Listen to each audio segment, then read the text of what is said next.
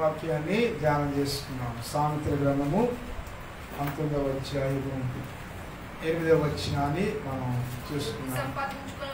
బుద్ధి సంపాదించుకునేవాడు తన ప్రాణమునకు ఉపకారి. చాలు. బుద్ధి సంపాదించుకునేవాడు తన ప్రాణమునకు ఉపకారి. ఎవరి మాటలు చెప్తున్నది? సొలొమోను కదా. సొలొమోను ఈ మాటలు చెప్తున్నాడు.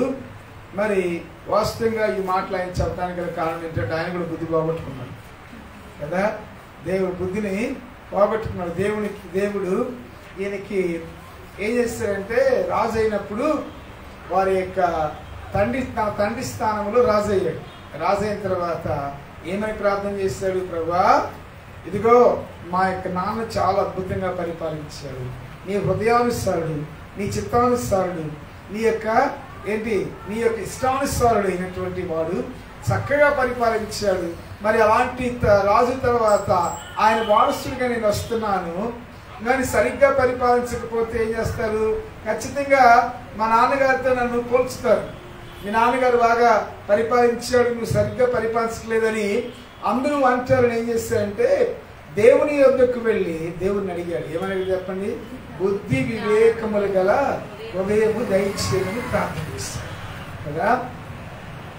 బుద్ధి అంటే జ్ఞానము, అనుభవించి లేకపోతే కొన్నిసార్లు ఎదురు దెబ్బలు తగిలిన తర్వాత నేర్చుకునేటువంటి పాఠము. అక్కడ ఏంటంటే అక్కడ ఆయన ఏంటంటే బుద్ధి, నాకు ఈ ప్రజలు నడిపించడానికి కావాల్సిన జ్ఞానం దయచేయ ప్రభు అని అక్కడ అడిగాడు. అడిగినప్పుడు దేవుడు ఏం చేస్తాడు? మరి మనం అడిగినప్పుడు దేవుడు ఇస్తాడు. ఎందుకంటే మన దేవుడు మంచివాడు. నువ్వు దాన్ని ఏ విధంగా వాడుకుంటావు అన్నది నీ చేతిలో ఉంటుంది. బుద్ధిని ఇస్తాడు దేవుడు. నీవు అడిగిన వాటిని ఈవుల్ని దేవుడు ఇస్తాడు. ఇచ్చిన తర్వాత ఏమవుతుంది? నువ్వు సరిగ్గా వాడుకోకపోతే దాన్ని వెనక్కి తీసుకునేవాడు కాదు కదా. మన దేవుడు అలాంటి వాడు కాదు. నీకు ఇస్తాడు. ఇచ్చిన తర్వాత ఏం చేయాలంటే నీవు సరిగ్గా వాడుకున్నా వాడుకోకపోయినా కానీ దేవుడికి ఖచ్చితంగా లెక్క చెప్పాలి. ఈయన ఏం చేస్తాడంటే దేవుడు ముందుగానే చెప్పాడు. కొంతకాలం బాగానే ఉన్నాడు, కొంతకాలం బుద్ధి కలిగి ఉన్నాడు, కొంతకాలం జ్ఞానం కలిగి ఉన్నాడు. కానీ కొంతకాలం అయిన తర్వాత ఏమని తెలుసా? బుద్ధిని పోగొట్టుకున్నాడు కదా. బుద్ధి పోయింది. దేవుడు ముందుగానే చెప్పాడు, జాగ్రత్త నాయన, నువ్వు రాజు అవుతున్నావు, నీవు అన్య దేశస్తులతో అన్య స్త్రీలను వివాహం చేసుకోవద్దు అని దేవుడు ముందుగానే చెప్పాడు. చెప్పినా కానీ దేవుని మాట వినలా, దేవుని మాట ఖాతరు చేయలా కదా. ఏమనుకుంటా తెలుసా? దేవుడు చేసుకుంటాడు, చెప్తూ ఉంటాడు. నేను చేస్తానని దేవుని మాట లక్ష్య పెట్టకుండా ఏం చేస్తారంటే బుద్ధిని పోగొట్టుకున్నాడు.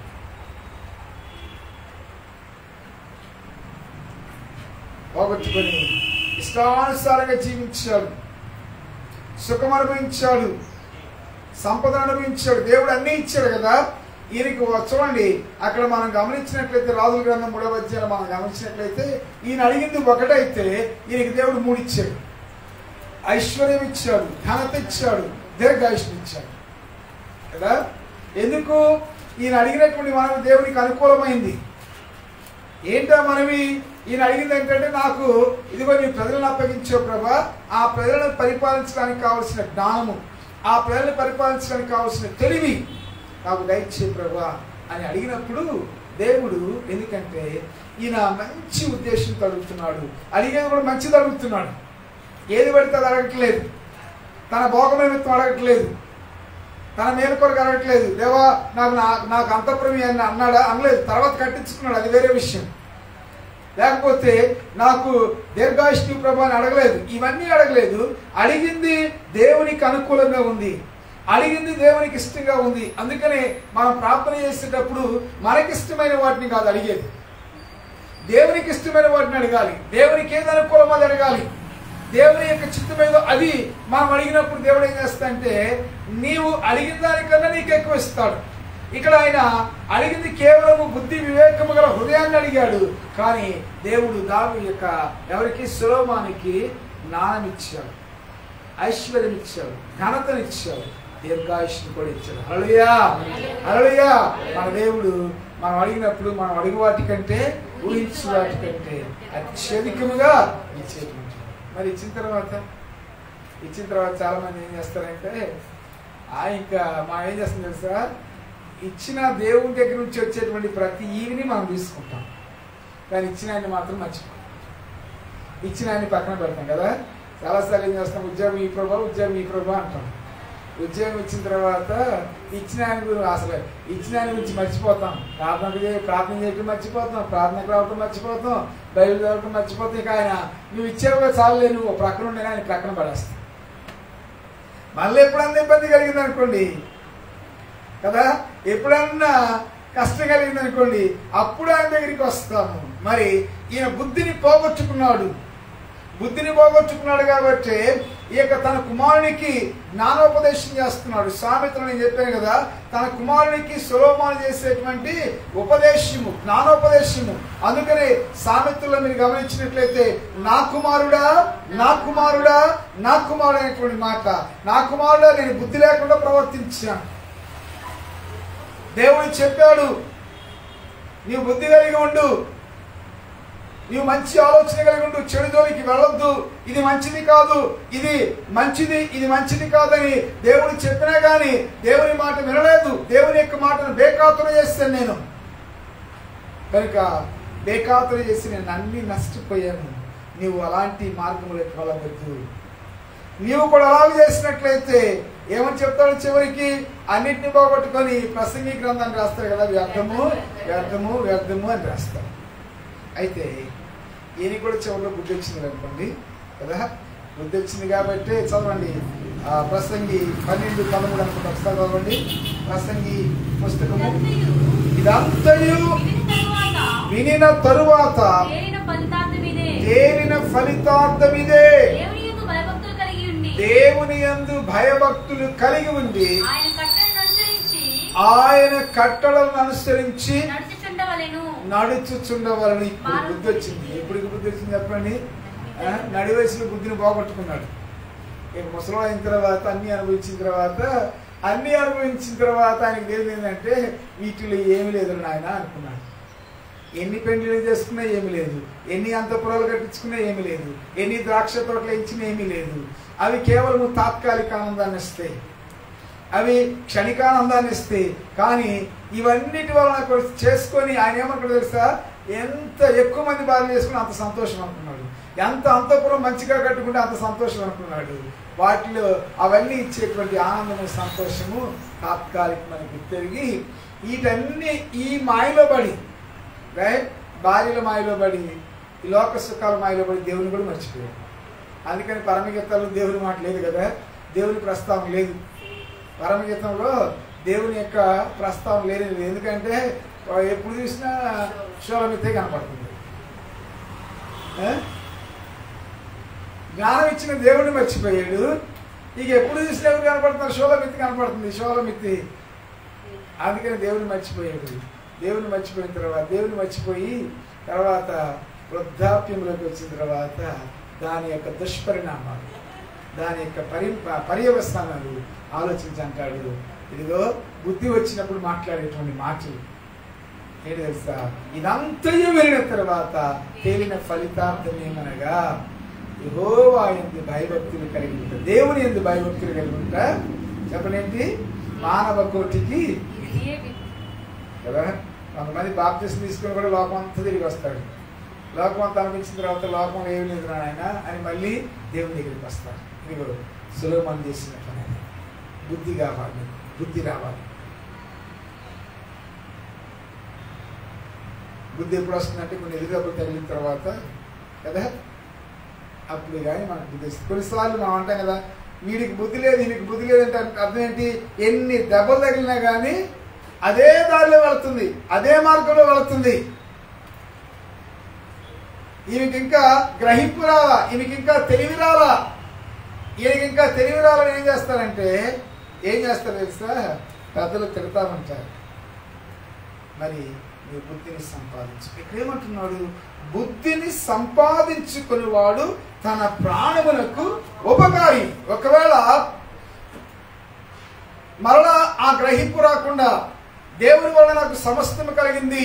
ఈ లోకములో ఉన్నటువంటి ఆనందము, ఈ లోకములో ఉన్నటువంటి సంతోషము తాత్కాలికము అనేటువంటి గ్రహింపు, అట్టి జ్ఞానము, అట్టి బుద్ధి ఈయనకి రాకపోతే ఖచ్చితంగా నరకానికి వెళ్ళేవాడు. కొంతమంది అంటారు పండితులు ఈ నరకానికి వెళ్ళాడు. కానీ నరకానికి వెళ్ళే ఇక్కడ ఈ 13వ అధ్యాయం 2వ వచనంలో ఉన్నటువంటి మాటను బట్టి మనకు 12-13 ఉన్నటువంటి మాటను బట్టి ఆయన గ్రహింపు వచ్చింది. బహుశా పశ్చాత్తాపడి ఉంటాడు. ఎందుకంటే నీవెంత తిరిగినా కానీ చివరిలో నిజమైన పశ్చాత్తాపం కలిగి, బుద్ధి వచ్చినప్పుడు నిజమైన పశ్చాత్తాపం కలిగి ప్రభు దగ్గరికి వచ్చినట్లయితే ప్రభువుని తులసివేసేవాడు కాదు, ప్రభువుని నెట్టివేసేవాడు కాదు. ఇదిగో సొలొమోను నెట్టివేలు. అలాగూ ఎంతమంది బుద్ధి కలిగి దేవుని ఎందుకు వచ్చారు? బైబిల్లో ఒక రాజు ఉన్నాడు, చాలా దుష్టుడు. ఈయన పేరు మనస్సే.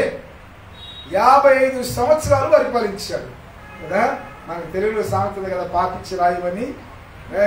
ఈయన అసలు ఈయనకన్నా భయభక్తి లేని వారు చాలా మంది ఉన్నారు రాజులు.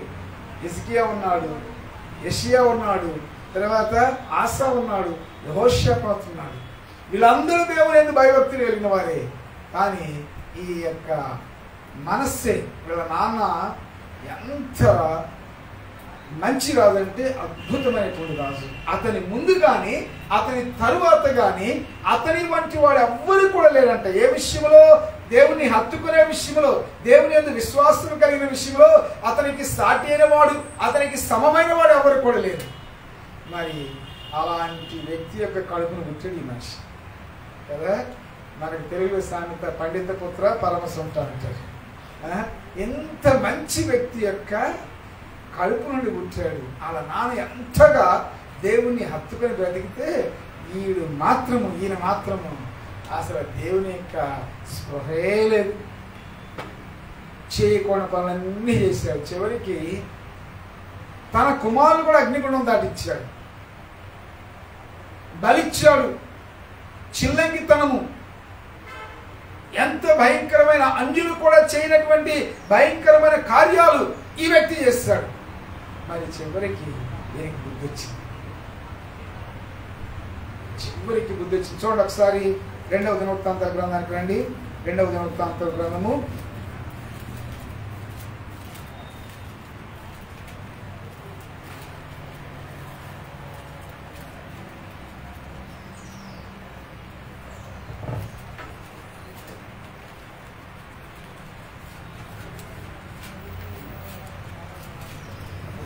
4వ గ్రంథంలో ఉంటుంది. దినవృత్తాంతములో ఉందిలే కానీ ఆ మాట నేను చెప్పాలనుకున్నటువంటి మాట నేను ఎక్కడ ఒకసారి చూస్తాను.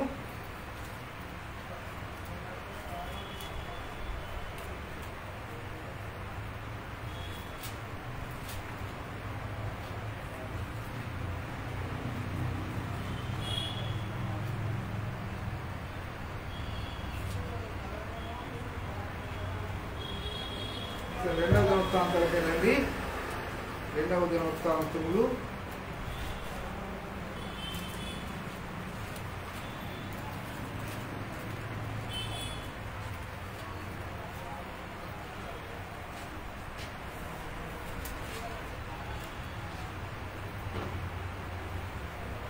33వ అధ్యాయము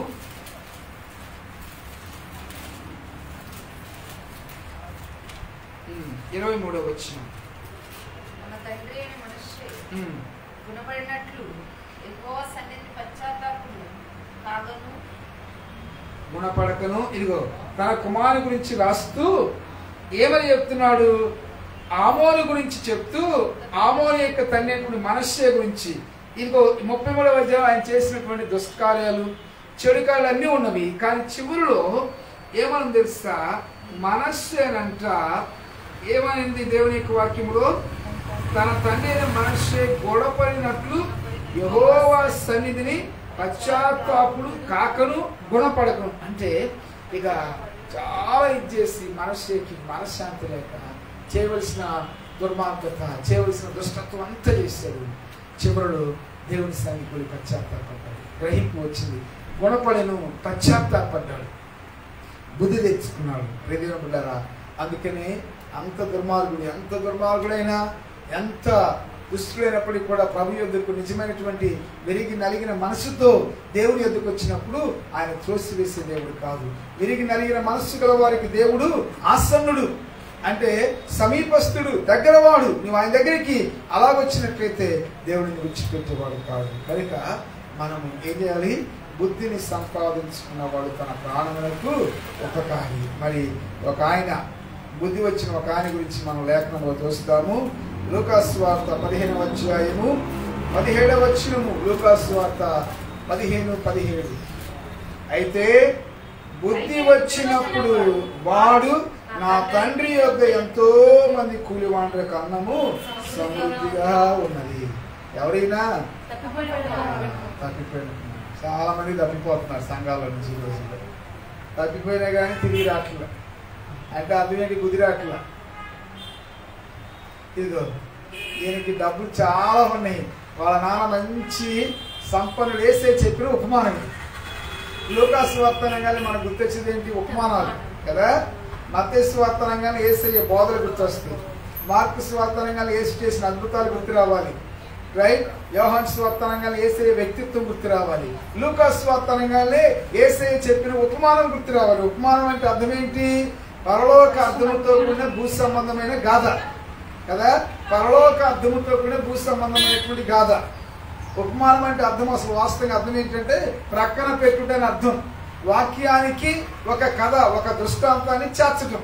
అయితే ఇక్కడ యేసయ్య చక్కగా ఎవరు తప్పిపోయారు అనే దాని గురించి చెప్పుతూ ఒక యొక్క తండ్రికి ఉన్నటువంటి ఇద్దరి కుమారుల గురించి మాట్లాడుతున్నాడు. మాట్లాడుతున్నప్పుడు చిన్న కుమారుడు తండ్రి వద్దకు వచ్చి ఏమంటున్నాడు? నాకు రావాల్సిన ఆస్తంతా నాకు ఇవ్వమంటున్నాడు కదా. చూడండి, మనకు చెందవలసినంత దేవుడు మనకి ఇచ్చాడు. దేవుడు ఈ లోకంలో సృష్టించి నీకేమి అంతా ఇచ్చాడు. మరి ఈ చిన్న కుమారుడు ఏం చేస్తాడు తెలుసా? అది తీసుకున్నాడు. అది తీసుకుని దూరదేశానికి వెళ్ళి ఆ డబ్బంతటిని దుర్వ్యాపారం చేస్తాడు. కొంతమందికి చూడండి, ఈ లోకంలో ఉన్నటువంటి చాలా మందికి జీవితం యొక్క విలువ తెలీదు, జీవితం యొక్క ఏంటంటే శ్రేష్టత తెలీదు, జీవితం యొక్క ప్రాశస్త్యత తెలీదు. అందుకనే లోకంలో ఇష్టానుసారంగా జీవిస్తారు. తినుము త్రాగుము సుఖించుమని కదా. ఏమనుకుంటా తెలుసా? నేను చెప్పాను కదా, గ్రీకులు 2 తెగలు ఉన్నారు. ఎవరు? ఒకళ్ళు స్టోయికులు, రెండో వారు ఎపిక్యూరియన్లు. స్టోయికులు అంటే అర్థం ఏంటి తెలుసా? అన్నిటినీ మౌనంగా భరించేవారు. ఎపిక్యూరియన్లు అంటే ఇంకేమీ లేదు, తిందాము త్రాగుదాము సుఖిస్తాము కదా. వీకెండ్ రాగానే ఏం చేద్దాము? శుక్రవారం రాగానే ఇప్పుడు ఎంఎన్సీ కల్చర్ ఇదే కదా. ఎంఎన్సీ కల్చర్ వీకెండ్కి ఏం వెయిట్ చేయట్లేదులేండి. మిగతా రోజుల్లో కూడా ఎప్పుడైతే ఆఫీస్ నుండి బయటకు రాగానే పడతాం మొత్తం ఈ ఫుడ్ స్టాల్స్ బాగా పెరిగిపోయినాయి కదా, ఫుడ్ కోర్ట్లు. ఇక వాటి మీద ఏంటంటే సంపాదిస్తున్నాం కదా, మన యొక్క శరీరాన్ని ఏం చేస్తాము? పోషించుకున్నాం, శరీరాన్ని సుఖపడదాము. అందుకేనా దేవుడు మనకు శరీరాన్ని ఇచ్చింది. పౌలు తన యొక్క కుమారుడు తిమోతితో అంటాడు, అన్ని విషయాల్లో మితముగా ఉండుమంటాడు. మీరు పాస్టర్ గారు కూడా ప్రార్థన చేయాలి. ఎందుకు? పాస్టర్ గారు బాగా రుచిగా ఉండటం నేను కొంచెం ఎక్కువ తినాల్సి వస్తుంది, ఇబ్బంది అవుతుంది. మితంగా ఉండలేకపోతున్నాను. మధ్యాహ్నం గుర్తాకండి చాలా రుచిగా ఉంది, దాన్ని నేను కంట్రోల్ చేసుకోలేకపోతున్నాను కొన్నిసార్లు. కానీ నేను కూడా మితంగా ఉండాలి. మితంగా ఉంటే ఆరోగ్యం. అవులేమంటారు తెలుసా? అన్ని విషయాలలో మితముగా ఉంటుంది. అన్ని విషయాలు. మరి ఇక్కడ ఏమైంది? ఈ యొక్క వ్యక్తి వెళ్ళాడు. ఏమనుకున్నాడు తెలుసా? నాకు కావాల్సినంత డబ్బు ఉంది, ఈ డబ్బుతో నేను ఏమైనా చేయొచ్చు, ఎంతకాలమైనా బ్రతకొచ్చు. డబ్బు ఉండగా డబ్బు చూడగా దూరదేశం వెళ్ళాడు. అంటే అర్థం ఏంటి? తన యొక్క తండ్రి యొక్క ఉనికి లేనటువంటి దేశం, తన తండ్రి ఎక్కడ కూడా కనపడినటువంటి దూరదేశానికి వెళ్ళాడు.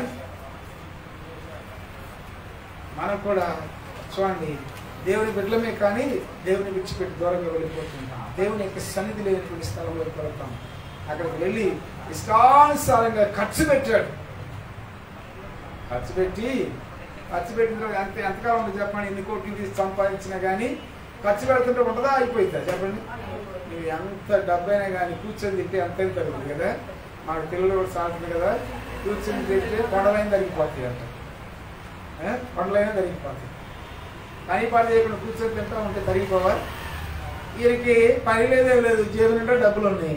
చక్కగా మొత్తం అంతా ఏం చేస్తాడంటే అంతా ఖర్చు పెట్టాడు. బహుశా దూరదేశానికి వెళ్ళి డబ్బులు జేబు నిండా డబ్బులు ఉన్నప్పుడు చాలా మంది ఫ్రెండ్స్ వచ్చి ఆయనతో చేరుంటారు. కానీ డబ్బులన్నీ అయిపోయిన తర్వాత ఏమేమి చెప్పండి, అయిపోయిన తర్వాత అందరూ వెళ్ళిపోయాడు. ఈయన ఎంత దీనస్థితికి, ఎంత భయంకరమైన స్థితికి వచ్చారంటే పందులు తినేటువంటి పొట్టు తినడానికి ఆశపడ్డాడు. ఆయన పరిస్థితి, ఆయన స్థితి ఏంటి ఆలోచించండి. తన తండ్రి దగ్గర ఉన్నప్పుడు ఆయన స్థితి ఏంటి చెప్పండి. కింద అంటాడు కదా, కూలి వాళ్ళని కూడా సమృద్ధిగా ఉందంట అన్నం. మరి ఈయన దేవుణ్ణి విడిచిపెట్టి దూరంగా వెళ్ళినటువంటి ఈయనకి ఉన్నప్పుడు బాగానే ఖర్చు పెట్టాడు. ఉన్నప్పుడు మొత్తం ఇక నాకు రేపటి గురించి ఆలోచన లేదు, రేపటి గురించి చింత లేదు, మొత్తం అంతా ఖర్చు పెట్టాడు. ఇక స్నేహితులు కూడా ఈ జేబులో డబ్బులు అయిపోయి మెల్లమెల్లగా దూరం అయిపోతారు. అంతే కదా జరిగేది, లోకంలో జరిగేది అదే, ఎక్కడైనా జరిగేది అదే. మన దగ్గర డబ్బులు ఉన్నా కానీ, మన దగ్గర బాగా జ్ఞానము, తెలివి, అందము ఏమన్నా ఉన్నాయి అనుకోండి, మన చుట్టూ తిరుగుతూ ఉంటుంది. ఇవన్నీ శాశ్వతమా? అందం శాశ్వతం కాదు, డబ్బు శాశ్వతం కాదు, రైట్? ఇవన్నీ అయిపోయిన తర్వాత ఎవరైతే మన చుట్టూ తిరిగారో వాళ్ళు నల్లగా జారుకుంటారు. ఎవరు మనం పట్టించుకోరు.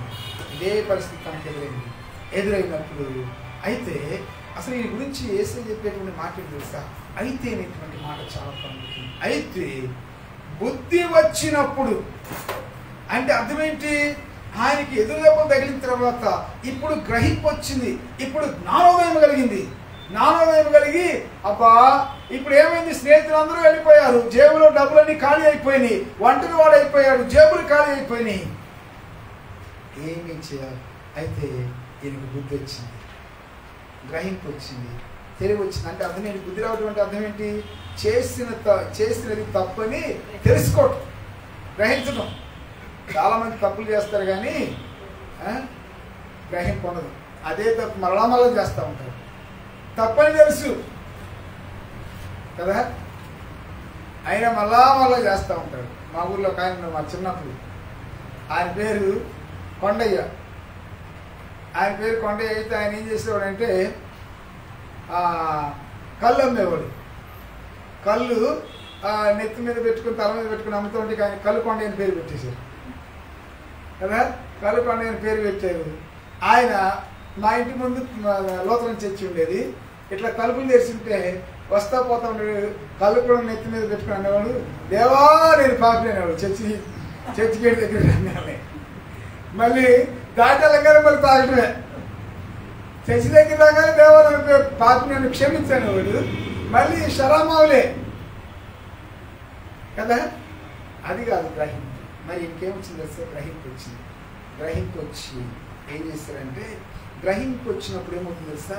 నీవేమైతే పోగొట్టుకున్నావో, నీవేమైతే నష్టపరుచుకున్నావో, నీ అజ్ఞానం వలన, నీ అవిధేయత వలన, నీ పాపం వలన నువ్వేమైతే పోగొట్టుకున్నావో అటన్నిటినీ గుర్తు తెచ్చుకుంటావు. ఇప్పుడు ఏమైంది? ఈయనకు బుద్ధి వచ్చింది, తెలివి వచ్చింది, గ్రహింపు వచ్చింది, జ్ఞానం వచ్చింది. అప్పుడు అనుకుంటున్నాడు, అబ్బా నేనెంత పొరపాటు చేస్తాను, నేనెంత పద్ధతి తప్పిదమే చేస్తాను, ఇక్కడ నేను ఆకలికి అలవటిస్తున్నాను. ఎంత భయంకరమైనటువంటి పరిస్థితి అంటే, ఈ పందులు తినేటువంటి పొట్టు చూడండి. అక్కడ ఏమని తెలుసా? 16వ వచనంలో, వాడు పందులు తిని పొట్టుతో తన కడుపు నింపుకొను, ఆశపడును, కానీ ఎవడునూ వానికి ఏమి ఇవ్వలేదు. చివరికి పందులు పొట్టు కూడా ఇవ్వరా. ఎంత అసలు పందులు చూడండి, ఇశ్రాయేలు దేశం నీచమైనటువంటి జంతువులు. ఆ నీచమైనటువంటి జంతువులు తినేటువంటి ఆహారము తినడానికి కూడా దొరకలా. ఆశపడ్డాడు కానీ దొరకలేదు. అంత దీనస్థితిలో, అంత భయంకరమైన స్థితిలోకి వెళ్ళాడు. అయితే మరి యేసు చెప్పినటువంటి ఉపమానంలో దాని గురించి మనం మాట్లాడుకోవడానికి గల కారణం తెలుస్తా. అయితే అనేటువంటి మాట, బుద్ధి వచ్చినప్పుడు అనేటువంటి మాట. బుద్ధి రాకపోతే అక్కడే చచ్చిపోయేవాడు, చింపిరి బట్టలతో చనిపోయేవాడు, ఆకలి తలమటించి చనిపోయేవాడు. బుద్ధి వచ్చింది కాబట్టి ఇక ఒక నిర్ణయం చేసి ఏం తెలుసా, నేను నా తండ్రి ఇంటికి వెళ్తాను. అక్కడ చూడండి 18వ వచనం ఏమో తెలుసా, నేను లేచి నా తండ్రి యొద్దకు వెళ్ళి. బుద్ధి వచ్చినప్పుడు ఏమొస్తుంది తెలుసా, నీవేమైతే పోగొట్టుకున్నావో వాటిని గురించి ఆలోచిస్తా. దేవునికి దూరమై నీవేమైతే పోగొట్టుకున్నావో, దేవునికి దూరమై సమాధానము, దేవునికి దూరమై ఏంటి రక్షణ, దేవునికి దూరమై మనశ్శాంతి, ఇవన్నీ కూడా మనం పోగొట్టుకుంటాం. ఇప్పుడు దేవునికి దూరమై ఈయన పోగొట్టుకున్నవన్నీ గుర్తొచ్చి ఏమంటారు తెలుసా, నేనైతే నా కడుపు గాలిపోతుంది, ఇక్కడ ఆకలితో అలమటిస్తున్నాను. మరి మా ఇంటి దగ్గర ఉన్నటువంటి కూలివాళ్ళు సైతం, కూలి చేసుకునేటువంటి పనివారి దగ్గర, పనివారి కంటే ఎలాంటి ఆహారం ఉంది, సమృద్ధి అయినటువంటి ఆహారం. అది ఆయన తప్పిదమా లేకపోతే తండ్రి తప్పిదమా? ఎవరు తప్పిదని చెప్పండి? ఆయన తప్పే. గ్రహింపు వచ్చింది, బుద్ధి వచ్చింది. బుద్ధి వచ్చిన తర్వాత మరి చూడండి, మనకి బుద్ధి రావటము ముఖ్యం. ఈయన ఏం చేశాడు, ఈ బుద్ధి వచ్చినప్పుడు తన ప్రాణాన్ని ఏం చేశాడు, కాపాడుకున్నాడు. బుద్ధి రాకపోతే అక్కడ ఇక ఆకలి తలమటించి దూరదేశంలో చచ్చిపోయేవాడు. బుద్ధి వచ్చింది, తిరిగి వచ్చినప్పుడు తండ్రి నా కుమారుడు ఎప్పుడు వస్తాడా అని ఎదురు చూస్తున్నాడు, ఎప్పుడు వస్తాడని ఆశ ఎదురు చూస్తూ ఉన్నాడు. మరి బుద్ధి వచ్చినాడు ఏం చేయాలి తెలుసా, మొట్టమొదటిగా కోల్పోయిన వాటిని గ్రహించాలి. నేనేం పోగొట్టుకున్నాను, దేవుని సన్నిధికి రాకుండా దేవునికి దూరమై ఆ సహవాసానికి దూరమై నేనేం పోగొట్టుకుంటున్నాను అనేటువంటి ఆలోచన. లోకం ఎలా ఉంటుందో తెలుసా, లోకం చాలా చాలా ఎక్కడ సుఖంగా, లోకము దాని ఆశలు గతించి నేను వాక్యం సెలవుస్తుంది. లోకము చాలా ఆకర్షణీయంగా ఉంటుంది, లోకము చాలా అందంగా ఉంటుంది. లోకం ఏంటి, విశాలమైన మార్గం. పాను పని ఏమవుతుంది చెప్పండి, ఇరుకు మార్గం అవుతుంది. మరి దేవుని సన్నిధి ఇరుకైన మార్గం, పాను విశాలం అవుతుంది. మరి గ్రహింపు వచ్చింది, బుద్ధి వచ్చినప్పుడు గ్రహింపు రావటం అంటే నీవేమైతే పోగొట్టుకున్నావో, నీవేమైతే నష్టపోయావో, నీవు చేసినటువంటి తప్పుని బట్టి, నీవు చేసిన తప్పుడు తీర్మానాలను బట్టి, నిర్ణయాన్ని బట్టి ఏమైతే పోగొట్టుకున్నావో వాటన్నిటిని గురించి నువ్వు ఆలోచించి మరలా తిరిగి రావాలి. అక్కడ ఉన్నాడు ఏమని తెలుసా, కొంతమంది గ్రహింపు వచ్చింది కానీ లెగవరు. నేను చేస్తున్న తప్పని తెలుసు కానీ అక్కడే కూర్చుంటారు, అక్కడే కూర్చుని నువ్వు చచ్చిపోతావు. అక్కడే కూర్చుంటే ఏమవుతుంది తెలుసా, పాపములు నాశనం అవుతాయి. కూర్చున్నాడు, ఏం లేచాడు చెప్పండి, లేచాడు. బుద్ధి రావటంలో రెండో భాగం ఏంటంటే లెగవాలి. నాకు తెలిసిందిలే, నేను తప్పు చేస్తున్నాను తెలుసులే అని నువ్వు అనుకుని అక్కడే ఉంటే ఇంకా అదే తప్పులో కొనసాగుతావు.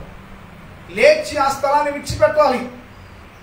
ఏ స్థలం తప్పు చేయడానికి కారణమవుతుందో, ఏ స్థలం నిన్ను తప్పుకు ప్రేరేపిస్తుందో, ఏ స్నేహితులు నిన్ను తప్పు చేయడానికి పురికొల్పుతున్నారో వారి నుంచి దూరం అవ్వాలి. దూరంగా అక్కడ వాళ్ళతో ఉంటే ఇంకా అదే తప్పులు నువ్వు కొనసాగుతా, చివరికి నీ యొక్క జీవితం నాశనం అంతమవుతుంది. అక్కడి నుంచి లెగవాలి. ఈ యొక్క కుమారుడు, తప్పిపోయిన కుమారుడు లేచి 18వ వచనంలో తండ్రి వద్దకు వెళ్ళి, తండ్రి నేను పరలోకమునకు విరోధముగా నీ ఎదుట పాపం చేసి తిని. లేగవటమే కాదు, మన తప్పులు కూడా మనం ఒప్పుకోవాలి. సొలొమోను బహుశా ఒప్పుకొని ఉంటాడని నేను అనుకుంటున్నాను. రైట్, ఇదిగో మనస్సే, బుద్ధి వచ్చిన మనస్సు తప్పులు ఒప్పుకున్నాడు, పాపాన్ని ఒప్పుకున్నాడు. కనుక దేవుని ద్వారా మనం బుద్ధి తెచ్చుకోవాలి. మరి అసలు ఈ బుద్ధి ఎక్కడ దొరుకుతుంది మనకి చెప్పండి, ఎక్కడ దొరుకుతుంది? చూడండి, ఈ మాట చెప్పి నేను ముగిస్తాను. కొలస్సీ పత్రిక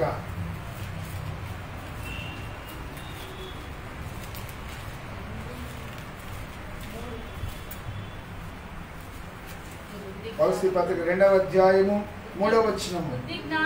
బుద్ధి జ్ఞానముల సర్వ సంపదలు ఆయన యందే గుప్తములై ఉన్నవి. ఆయన ఏందంటే ఎవరు? యేసుక్రీస్తునందు గుప్తమైనవి. యేసుని గురించి రాస్తున్నాడు కొలస్సీ పత్రికలో పౌలు. కొంతమంది బుద్ధి లేని వారు ఏం చేశారంటే, కొలస్సీ సంఘం ఏం చేశారంటే యేసుక్రీస్తు దేవుడు కాదని చెప్పారు. యేసుక్రీస్తు కేవలం మనుషులు అని చెప్పారు కొంతమంది బుద్ధి లేని వాళ్ళు. వాళ్ళకి పౌలు ఈ పత్రిక రాస్తూ ఏమన్నా తెలుసా, అయ్యా బుద్ధి జ్ఞానముల సర్వ సంపదలు ఆయన యందు. నీకు లోకంలో చాలా ఇజాలు ఉన్నాయి కదా, చాలా ఇజాలు ఉన్నాయి. అప్పట్లో ఉన్నటువంటి కొన్ని ఇజాలు యాసిటిజం అంటే సన్యాసత్వం. ఓరియంటలిజం అని ఉంది. ఓరియంటలిజం అంటే తూర్పు తత్వం అని, అంటే మన దేశం నుంచి మనకు తీసుకెళ్ళారు. ఇది నాస్టిసిజం అని ఉంది, నాస్తికవాదం అని ఉంది. ఇలాంటి ఇజాలన్నీ ఏమనుకున్నా తెలుసా, ఇదే జ్ఞానం అనుకుంటున్నారు. వాటిని చదివితే నాకు జ్ఞానం వచ్చింది అనుకుంటున్నారు. అవంత జ్ఞానము కాదు. నిజమైన జ్ఞానము, నిజమైనటువంటి బుద్ధి ఎక్కడ ఉంది తెలుసా, యేసయ్యలో ఉంది. నీకు బుద్ధి రావాలంటే యేసయ్య దగ్గరికి రావాలి. నీకు జ్ఞానం కావాలంటే యేసయ్య దగ్గరికి రావాలి. నీకు గ్రహింపు కావాలంటే యేసయ్య దగ్గరికి రావాలని పౌలు వారికి తెలియజేస్తున్నారు. కనుక ఈ వేరుగా వాక్యం సెలవిస్తుంది, బుద్ధి సంపాదించుకున్న వాడు జ్ఞానములకు. మరి ఈ యొక్క వీడియోని చూస్తున్నటువంటి వారు కూడా ఒకవారిని బుద్ధి లేకుండా లోకంలో తిరుగుతున్నటువంటి క్రైస్తవుడు కావచ్చు, అన్యుడవు కావచ్చు, క్రైస్తవేతరుడు కావచ్చు, నువ్వు బుద్ధి లేక చాలా వాటిని పోగొట్టుకుని ఉండవచ్చు. సొలొమోను వలె పోగొట్టుకుని ఉండవచ్చు. తప్పిపోయిన కుమారుని వలె పోగొట్టుకుని ఉండవచ్చు. మనస్సు వలె నువ్వు దుష్టత్వంలో ఉండి ఉండవచ్చు. కానీ ఈ రాత్రికాల సమయంలో పరిశుద్ధాత్మ దేవుడు నా ద్వారా మీకు తెలియజేసేది ఏంటంటే, మరి వారి పేరు జీవగ్రంథంలో రాయటానికి గల కారణం తెలుసా, సొలొమోను చివరిగా బుద్ధి తెలుసుకున్నాడు. అందుకని ప్రాణము అంటే ఈ ప్రాణం ఎట్టుకుపోతుంది, ఈ శరీరం ఎటు చచ్చిపోతుంది, కానీ నిత్యము నువ్వు నశించకుండా, నీ యొక్క నరకంలో నువ్వు కాలకుండా, పాతాళంలోకి నువ్వు వెళ్ళకుండా నిత్య జీవానికి నువ్వు వెళ్ళాలంటే నువ్వు బుద్ధి తెచ్చుకొని సొలొమోను వలె, మనస్సు వలె, తప్పిపోయిన కుమారుని వలె నీ బుద్ధి తెచ్చుకొని బుద్ధి జ్ఞానములు సర్వ సంపదలు సమృద్ధిగా దొరికేటువంటి యేసయ్య దగ్గరికి నీవు వచ్చినట్లయితే నీ ప్రాణాన్ని నువ్వు ఏం చేసుకుంటావు, రక్షించుకుంటావు. నీ ప్రాణాన్ని నువ్వు కాపాడుకుంటావు. కనుక మనం బుద్ధిని సంపాదించుకోవాలంటే ఏది తెలుస్తుంది, నువ్వేమైతే నష్టపోయేవి లోకంలో ఉండి, దేవునికి దూరముగా ఉండి, దేవుని యొక్క రాజ్యానికి దూరముగా ఉండి, దేవుని యొక్క సహవాసానికి దూరముగా ఉండి నీవేమైతే పోగొట్టుకున్నావో, దేవుని యొక్క మందిరానికి సంఘములకు దూరంగా ఉండి ఏమైతే నువ్వు పోగొట్టుకున్నావో వాటి విషయంలో ఏం చేయాలి సార్, బుద్ధిని సంపాదించుకోవాలి అని వాక్యం సెలవిస్తుంది. బుద్ధి సంపాదించుకోవాలి తన ప్రాణమునకు ఉపకారం. నీ ప్రాణానికి ఉపకారం చేసుకుంటావు, అపకారం చేసుకుంటావు. ఎవరు కూడా అపకారము చేసుకోరు కదా. అపకారం ఇక్కడ అర్థమేం తెలుసా, ఇక్కడ ఎటు ఈ యొక్క దేహం ఎటు ఏదో ఒక రోజున మట్టిలో కలిసిపోవాల్సింది, కానీ దేహంలో ఉన్నటువంటి ఆత్మ విలువైనది.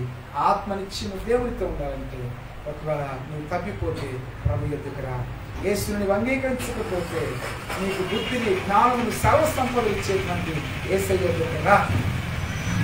ఒకవేళ నీవు సంఘములో ఉంటూ తప్పిపోయి దేవునికి దూరమైనట్లయితే నువ్వు పట్టుకునే కుమారుడు దేవుని దగ్గర, అప్పుడు నీ ప్రాణాన్ని నువ్వు కాపాడుకుంటావు.